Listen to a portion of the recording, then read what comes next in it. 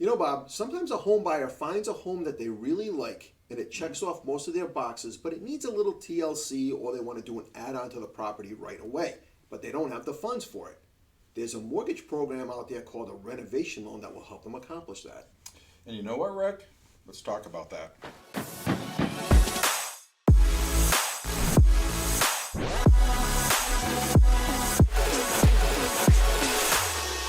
Hello and welcome to this episode of What's Their MO. I'm Rick Masnick. And I'm Bob Orlando, and today we want to talk about renovation loans. Yeah, and the most popular one is the FHA's 203K loan. A lot of folks have heard of that, but there is a conventional program through Fannie Mae as well. Right, so let's say you're looking at a property that needs some repairs, or maybe you just want to do some updating to the property.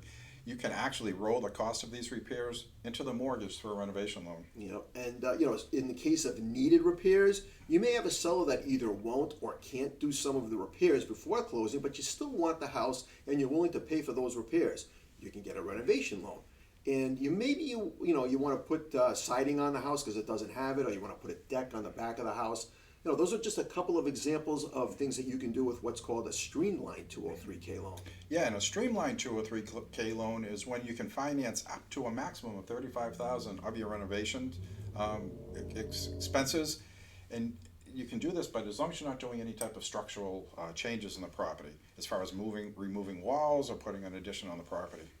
Now, if you're doing something structural to the home, like the examples that Bob just mentioned, then you're looking at a full 203K loan as opposed to a streamlined one.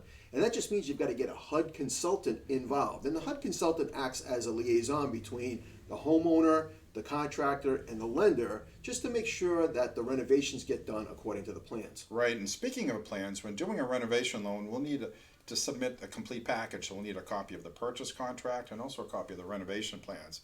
But if you're doing something simple like a new roof or sidings or just anything that's not structural, then just a simple bid from a contract will be sufficient. But when you're taking down any structural or walls or making any structural changes, you're going to need a full set of plans. Yeah.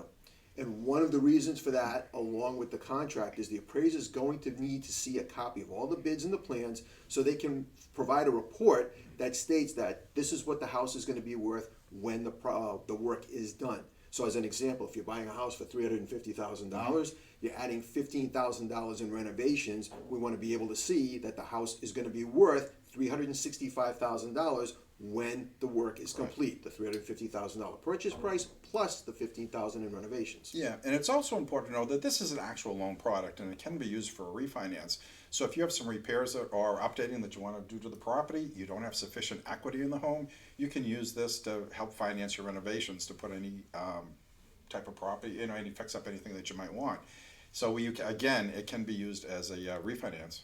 And in either case, having a contractor who's good with providing detailed paperwork is going to be very important for the process. Now, if you found this information useful, please like, share, and subscribe to our channel. If you know someone else who could benefit from this information, please pass it along to them. But for now, that concludes this episode of What's Their MO. I'm Rick Masnick. And I'm Bob Orlando, and we'll see you next time.